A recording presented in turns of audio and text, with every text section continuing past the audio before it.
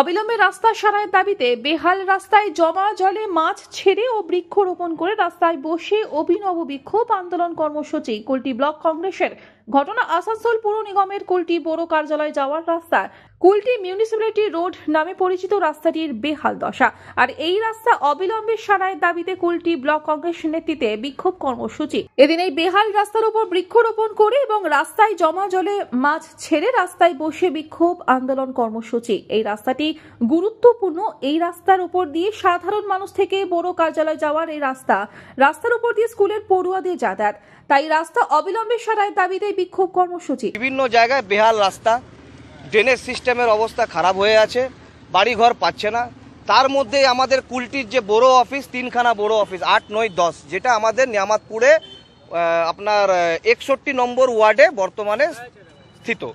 এবার এই সামনেরই দীর্ঘ কয়েক বছর ধরে আমরা দেখতে পাচ্ছি যে বলে না প্রদীপের তলায় অন্ধকার থাকে, তো সেই রকমই বাস্তবে দেখা যাচ্ছে যে যেখানে বড় অফিস আছে, তিনটে বড় অফিস, তার পাশ দিয়ে যাওয়া রাস্তা, যেটা খুব এসেন্সিয়াল এবং মানে ইম্পর্টেন্ট রাস্তা, যে রাস্তা দিয়ে এখান থেকে থানা ফাঁড়ি যাওয়া যায়, স্কুল আছে, পোস্ট অফিস আছে, স্টেশন যাওয়ার রাস্তা, সেই রাস্তাটা দীর্ঘদিন বেহাল অবস্থায় রয়েছে, একদম বেহাল অবস্থায়। আপনারা আরও বড়োভাবে করব, দরকার পড়লে আমরা রাস্তায় নামবো। কংগ্রেসের কর্মসূচি সবসময় আন্দোলন হয়, কংগ্রেস কখনো ভায়োলেন্সে যায় না। কংগ্রেস কর্মসূচিতে নামবে, দরকার পড়লে ধর্নায় বসবে, অনশন যদি দরকার হয় করতে হয়, এই রাস্তা মানুষের স্বার্থে কংগ্রেস নামবে, সে প্রতিবাদ করবে।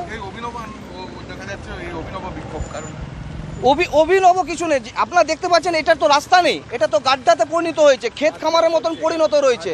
তাহলে সেখানে তো মানুষ যাতায়াত করতে পারে না, সেখানে তাহলে জন্তু জানোয়ার বা ফুল গাছ বা আপনার বাগান বাড়ি এই টাইপের তৈরি হতে পারে।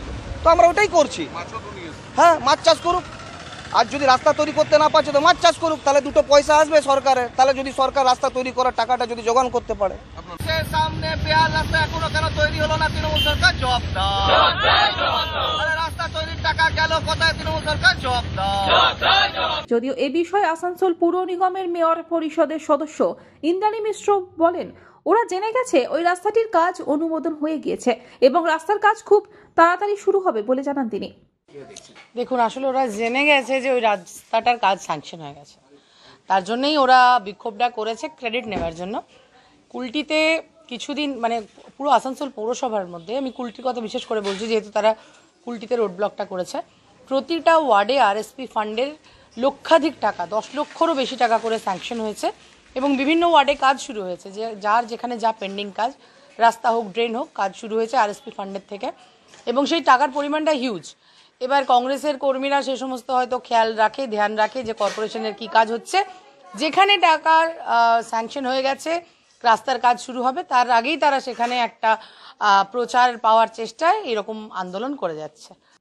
আসানসোল থেকে মিলন সূত্রধরের রিপোর্ট, আনন্দ বার্তা।